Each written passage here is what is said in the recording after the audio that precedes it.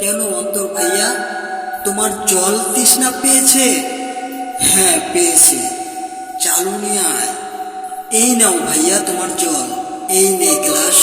তুমি কি আরো পানি খাবে? এনে দিব? হ্যাঁ, এনে রেখে দে এখানে। ঠিক আছে অন্তর ভাইয়া, আমি এনে এখানে রেখে দিচ্ছি। আচ্ছা অন্তর ভাইয়া, একটা কথা বলবা? তুমি এমন হয়ে গেলে কেন? তুমি কি কোনো ভয় পেয়েছো? এই মন, ভয় পাই নাই। তোমাকে দেখে এরকম মনে হচ্ছে কেন আমার?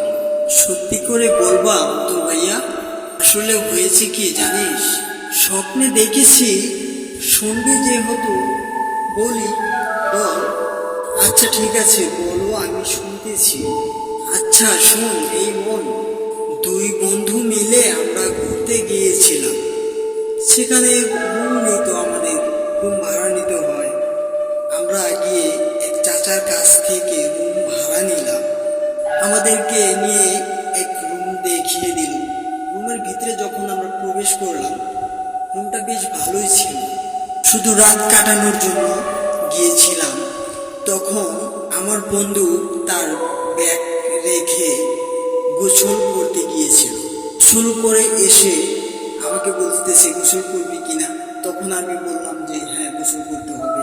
তখন আমিও আমার ব্যাডিং পত্র রেখে গোসল করতে গিয়েছিলাম।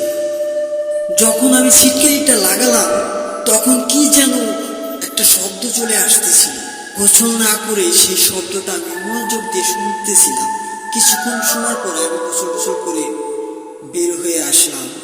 তারপরে কি হয়েছে অন্তর ভাইয়া, তখন আমি বিছানায় শুয়ে থেকে তাদের গল্পগুলো শুনতেছিলাম। গল্পর আড্ডা জমে গেছে, খুবই আনন্দ উল্লাস চলতেছে সেখানে। রুমের চারিদিকটা চকচকে ছিল। এত সুন্দর রুম এর আগে কখনো আমি দেখিনি। ওরা সবাই গল্প করতেছিল, আমি নীরবে শুয়ে বাতাস খাচ্ছিলাম ফ্যানের। তারপরে কি হয়েছে এই মন ভাইয়া বলো? ওরা সবাই একে একে বাইরে চলে গেল।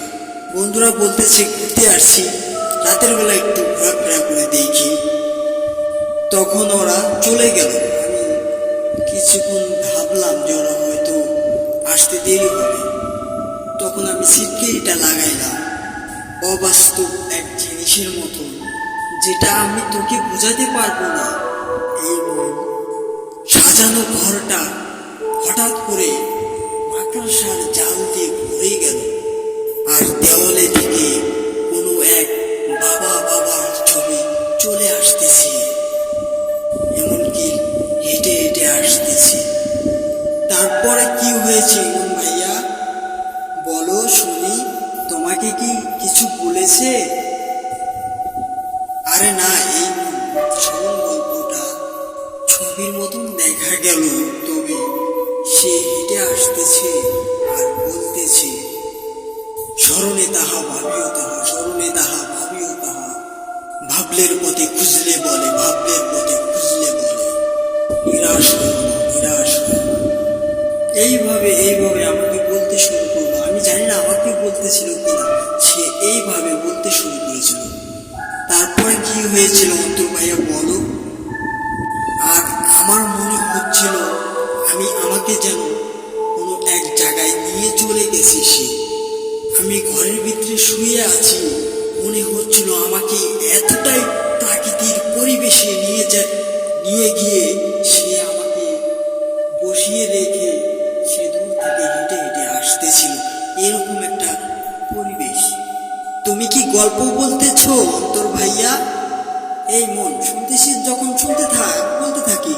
না ভাইয়া আর শুনতে চাইবো না। তুমি যে গল্প বলতেছ, সেই গল্পের মানুষটাকে কখনো দেখা যায় না, কিন্তু তাকে সবসময় ভালোভাবে ভাবা যায়। হ্যাঁ তুই ঠিকই বলেছিস এই মন। গল্পটা কেমন লাগলো? হ্যাপি।